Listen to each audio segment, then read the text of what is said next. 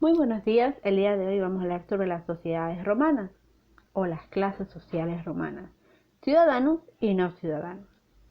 Tenemos aquí que la civilización romana fue fundada en el año 553 a.C. Fue cuna de una gran civilización.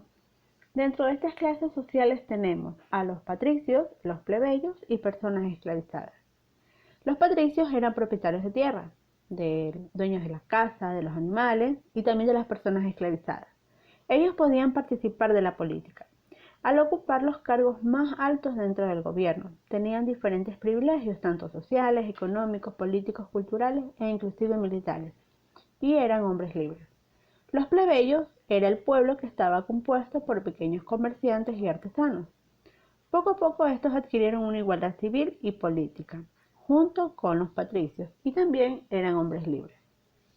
Y las personas esclavizadas, que estaban en la última escala social, no tenían la condición de persona, sino la condición de objeto, destinado únicamente al trabajo.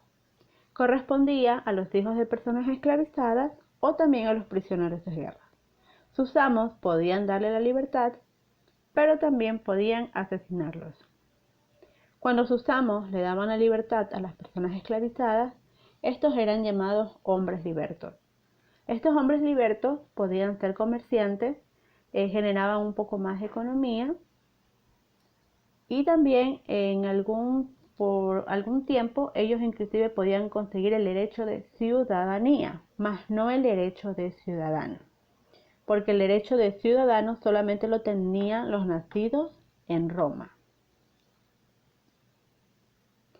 La ciudadanía romana era una condición social privilegiada. Tenía un estatus social por las propiedades y poder que tenían los hombres libres nacidos en Roma. En Roma su monarquía estuvo vigente hasta el año 509 a.C. Luego de esto fue derrocada y se instauró lo que fue la república, que significa, república significa cosa pública. Una forma de gobierno que duró hasta el año 27 a.C., en donde se inicia lo que es el Imperio Romano, que duró hasta el año 400 después de Cristo, basado en la división de poderes, el control del gobierno y el equilibrio del poder. Las personas que compartían el poder eran los magistrados, el senado y los comicios. Los magistrados estaban organizados eran quienes gobernaban la ciudad. El senado trabajaba la política exterior, la política económica y también ratificaba lo que eran las leyes. Y los comicios elegían a los magistrados y ellos aprobaban las leyes. En el Imperio Romano se llama así porque Roma fue gobernada justamente por emperadores, por eso se llama Imperio Romano. Estos implantaron el gobierno absoluto, concentrando en una persona todos estos poderes.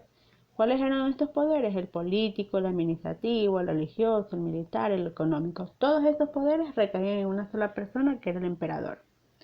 Esta etapa inició el año 29 a.C. con el gobierno de Augusto y concluyó con Rómulo Augustulo en el 476, cuando cayó el Imperio Romano de Occidente, y solo queda en pie el Imperio Romano de Oriente. La sociedad estaba organizada en dos clases, los ciudadanos y los no ciudadanos. Los ciudadanos eran los varones, libres que podían participar en la política, en el sacerdocio, tener propiedades, casarse y heredar.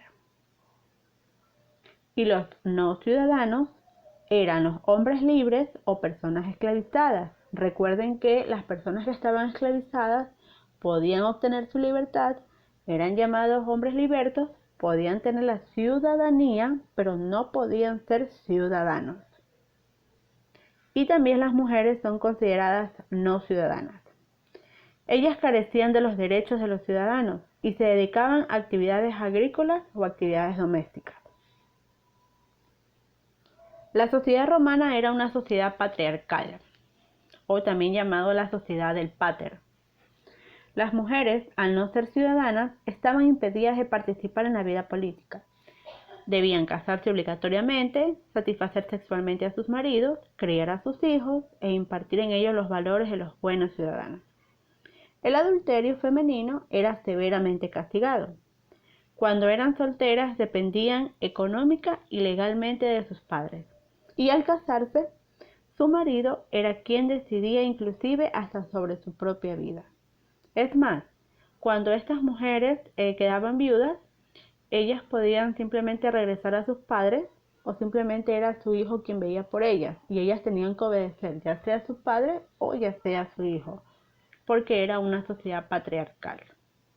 Eso es todo, chicos, nos vemos en la próxima.